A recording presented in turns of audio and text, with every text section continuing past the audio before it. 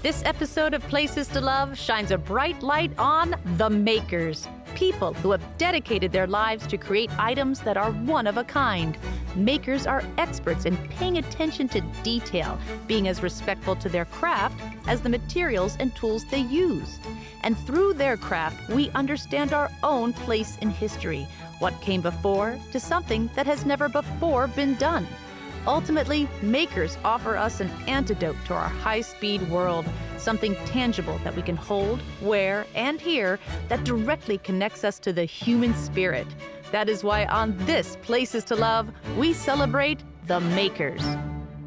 Hi, I'm Samantha Brown, and I have been traveling the globe for 25 years. Here's a great episode of my Emmy Award-winning travel series, Places to Love. Like and subscribe to join me on my adventures. Let's go. We begin in Boston, Massachusetts, a city where history was made.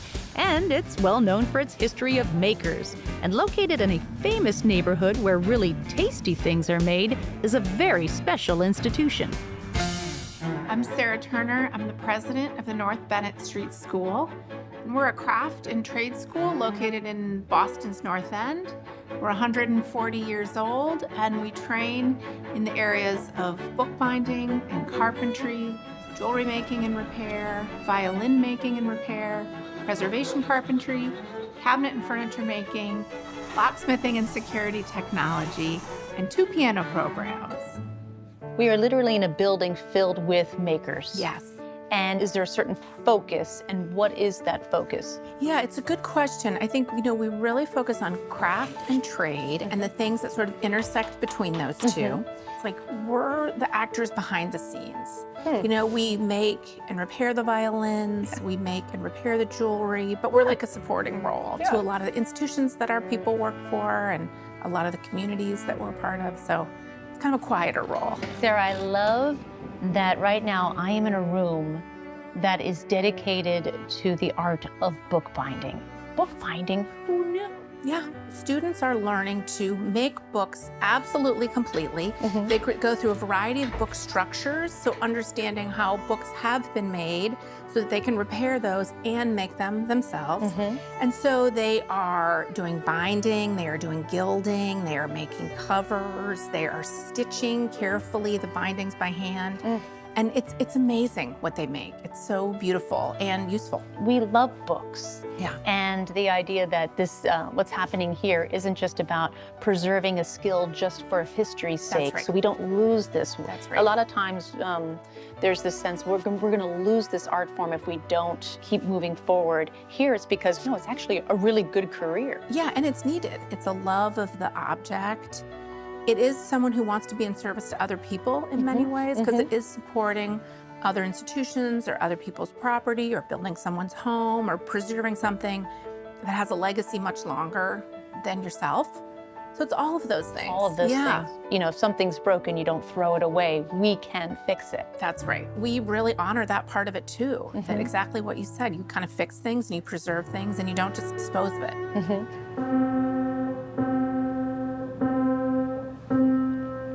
Got better, right? I love that. That's amazing. Tuning is the thing that people think of piano technicians doing the most, and it certainly is the main thrust of our program here. We spend by far more time practicing aural tuning than anything else, but there's this whole mechanical system inside there. But there you go. And it'll just rest on your thigh right there. Gosh.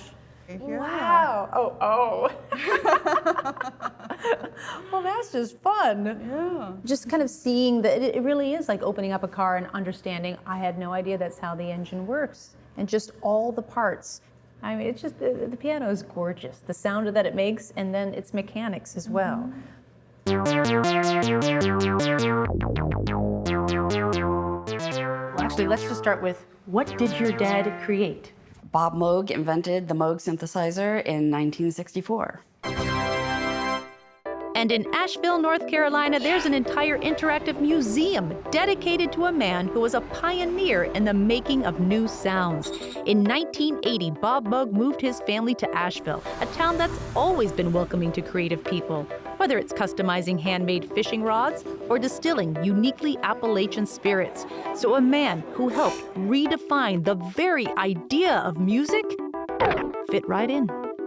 When I explain the magnitude of the Moog synthesizer to little kids, I say to them, imagine that if you went out on the playground one day and there was this huge box of crayons that had 250,000 different new colors that you had never seen before.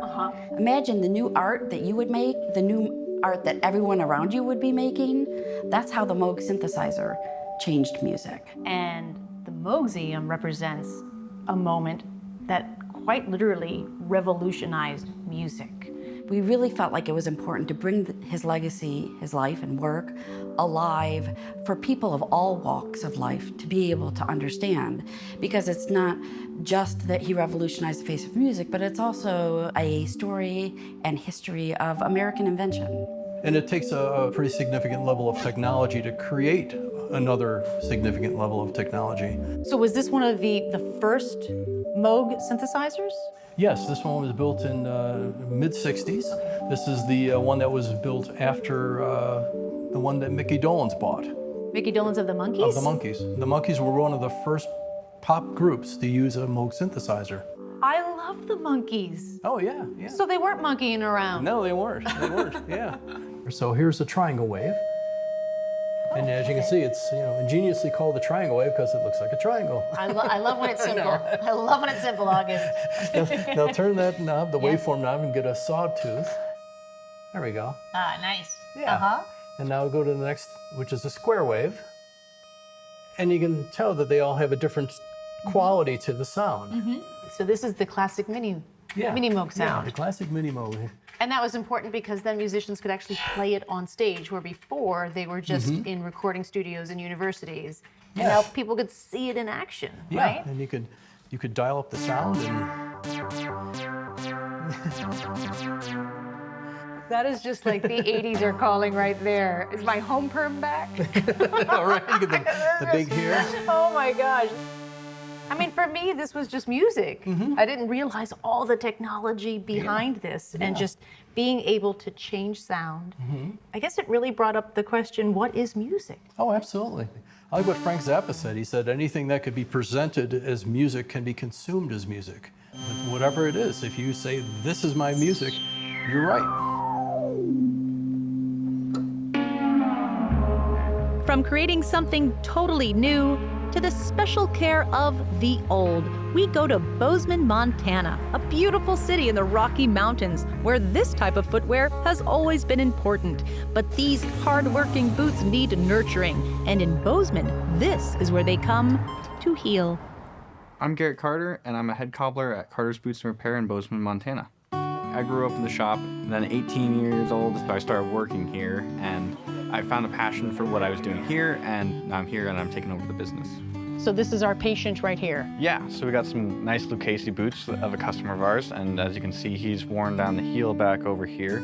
We just need to replace that heel. Everybody kicks through and... Kick through, what does that mean? So like when you're walking, you tend to strike your heel. Yeah, okay. Through your stride. Everybody does it. I'm the youngest person that I know of that is a cobbler and plans to be a cobbler in the future. The art form's fading just because people don't think of a cobbler to bring their shoes or boots to anymore. They just throw them away. Now that heel base is pretty level, but I'll have to sand it and get it level.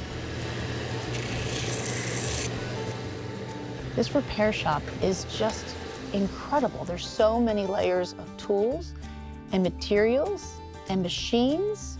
Can you repair any type of shoe? We repair boots and shoes, but I also repair jackets, belts, luggage. We've done a hot air balloon once. I had to pull the sewing machine out into the parking lot to do that. And then I'll sand that all the way off. So you can sand rubber? Yeah. Oh, okay, because I was gonna say, it feels like it's sticking out from the actual. Yeah, you don't want it to be sticking out. You want it to be nice and flush up against there. Yeah.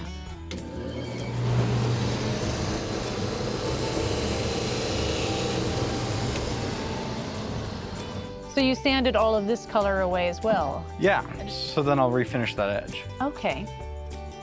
So is that just like a stain? Yeah. You make that look very easy, but I bet you that took years of practice just to get it right so it didn't go all over the boot, right? It takes a little bit of practice, not a lot. This is usually where all of our new employees start. Oh, is that right? Yeah, that way they're finishing it up, they see the finished product, and then they have their appreciation for that. Yeah, sense of accomplishment. Yeah, Yeah. In Montana, I would imagine people, men and women, have more than one pair of cowboy boots. Is that true? Yes. For some people, they're a tool. Some people, they're casual. Some people, they're both. It's Just all speaking relative. as a lady, if I saw a man walk in with a really well-worn pair of cowboy boots, I'd be like, hi. Yeah. Personally, I would much rather have a nice pair of shoes to show that I can maintain myself and I'm not, dirty, grimy all the time. Okay, so a woman is also looking for that. Yeah. Is he brushing his teeth? Is he doing his daily hygiene, or is he just going to work and coming back inside? And the cowboy boot tells all. Yeah, well, not all, but Woo! That is sharp. Gorgeous. He's gonna have a great Saturday night. yes. And what else will the well-dressed gentleman need to complete his ensemble? Well, in San Antonio, Texas, there's a shop that offers beautifully tailored shirts that you can take with you today. But if you really want to up your game for that Saturday night, you have Dos Carolinas customize one for you. And I found out that this is much more complex than it seems.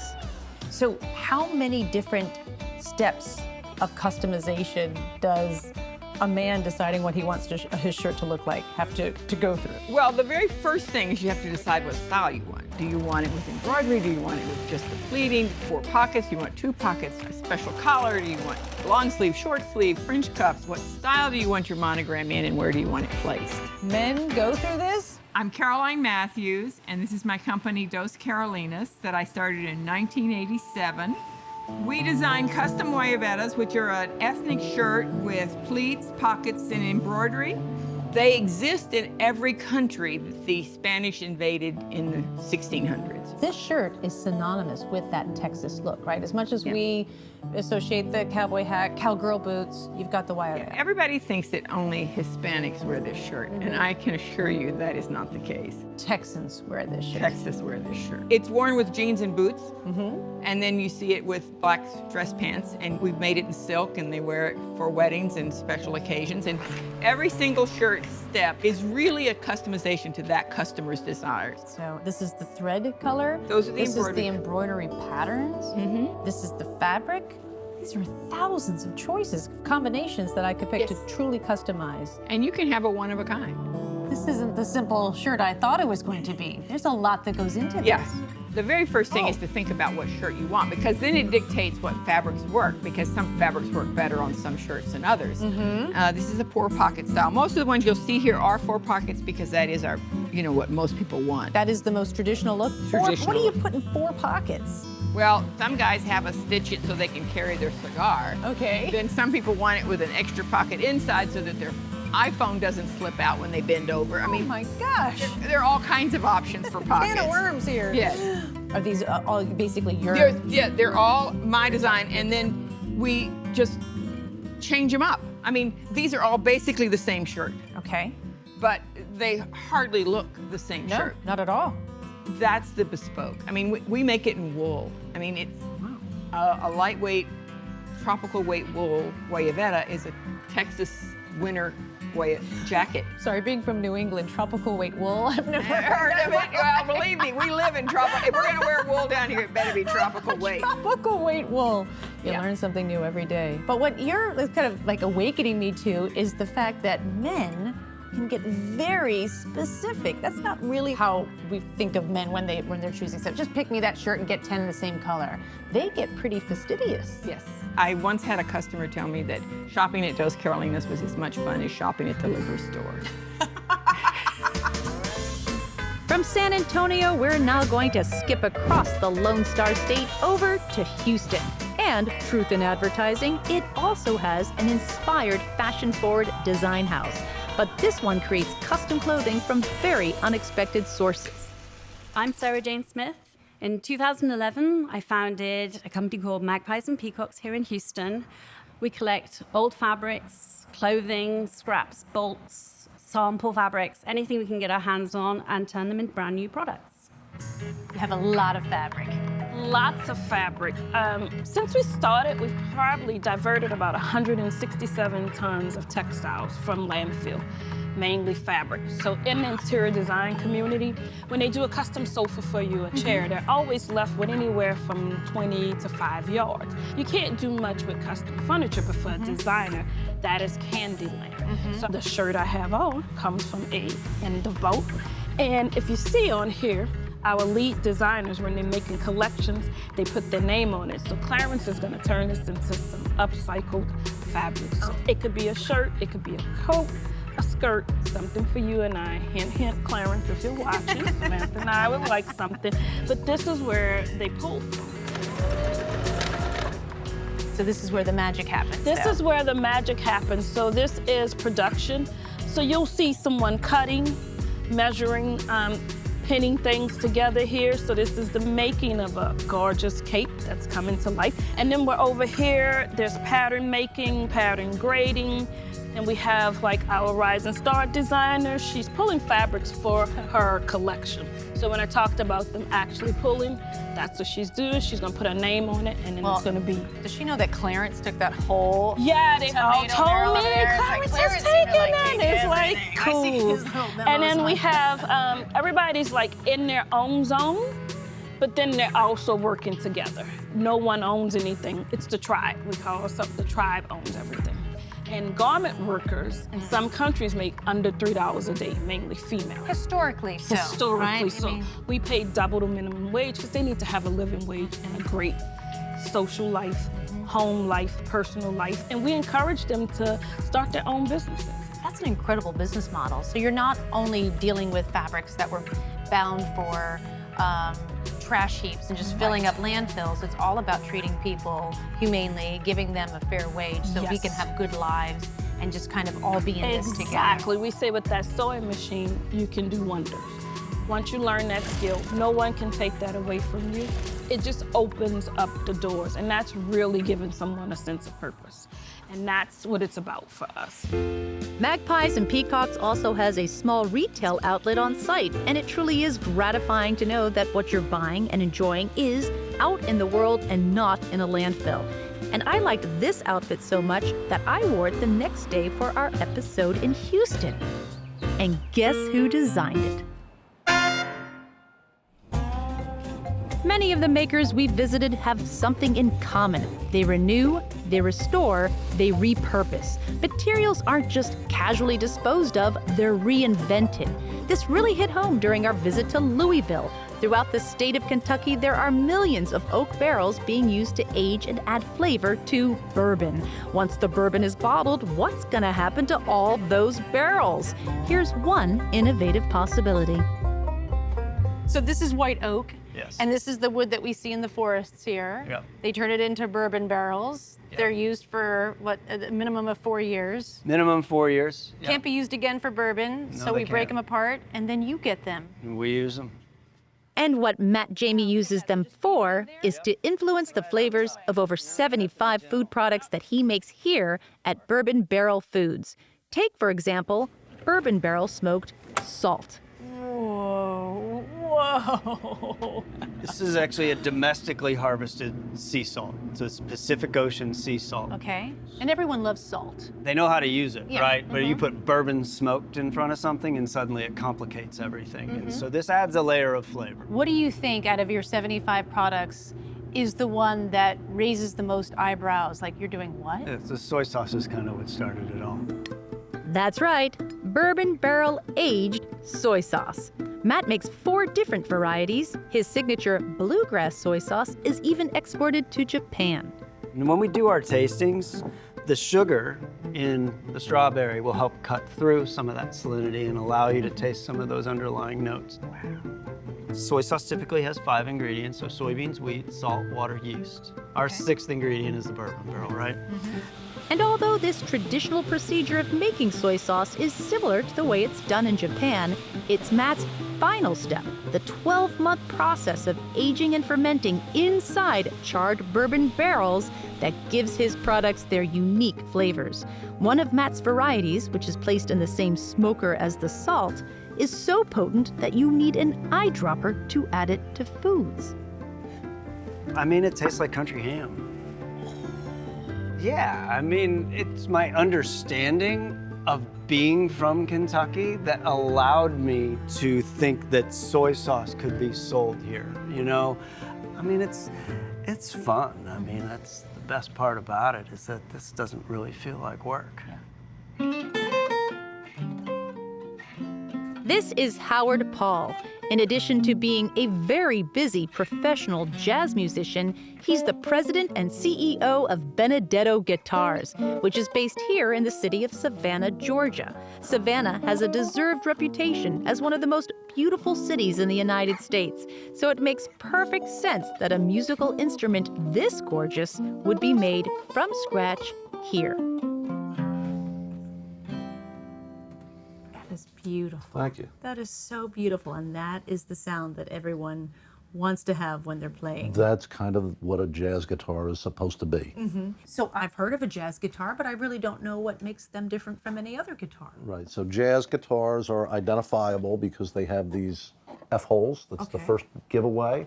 Originally, they were designed to project through a big band. So when you pluck a note, how long does it sustain?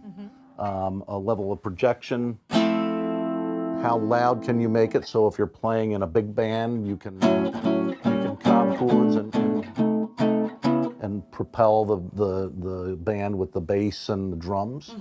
And then how balanced they are when you play individual melodies. When you have your solo. When you have a solo. You gotta get a shine. Exactly. And it's amazing, as I'm holding this right here, they are made right there. That's right. Every element in a Benedetto guitar is handcrafted in this building. These artisans produce only around 120 instruments a year, many of them commissioned and custom designed, which means they can range in price from about $5,000 to upwards of $50,000. What makes a guitar $50,000? It's a combination of the quality of the materials that we're buying. The tops and the backs are all European tone woods, mostly. They have to be cured for many years so that they're dry enough to be able to sculpt. And then the act of actually sculpting these into a fine instrument that's completely balanced every note you play, because you don't know when you're working with a raw piece of material. That takes a really, really highly skilled and very experienced artisan. Damon Mayland was personally mentored by company founder Bob Benedetto for several years before becoming Howard's master luthier. And he knows these instruments from their beginnings, from before their beginnings. I love all the parts of the process, really. Right from sourcing the wood and examining the lumber. You start to read it at that point, really. How to feel that wood and know when you've carved it thinly enough. You flex it, you start to get a feel for how it's going to respond to the string tension. And you can start to hear it resonate and ring.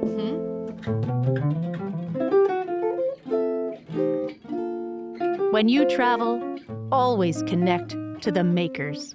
Reserve time to marvel at a technical and creative process that is always growing. Because in the end, what you hear, taste, or hold is never a final product, but a reminder to ourselves what it means to be our own curious works in progress, that deep within us all lies a place to love. Hey, thanks for watching this episode of Places to Love. What was your favorite scene? Be sure to leave a comment. Now, for a full itinerary of this episode, click here. It is a great travel planning tool. And here, if you want to watch more full episodes. And of course, subscribe to my channel to see new episodes as they are released. Hope to see you out there.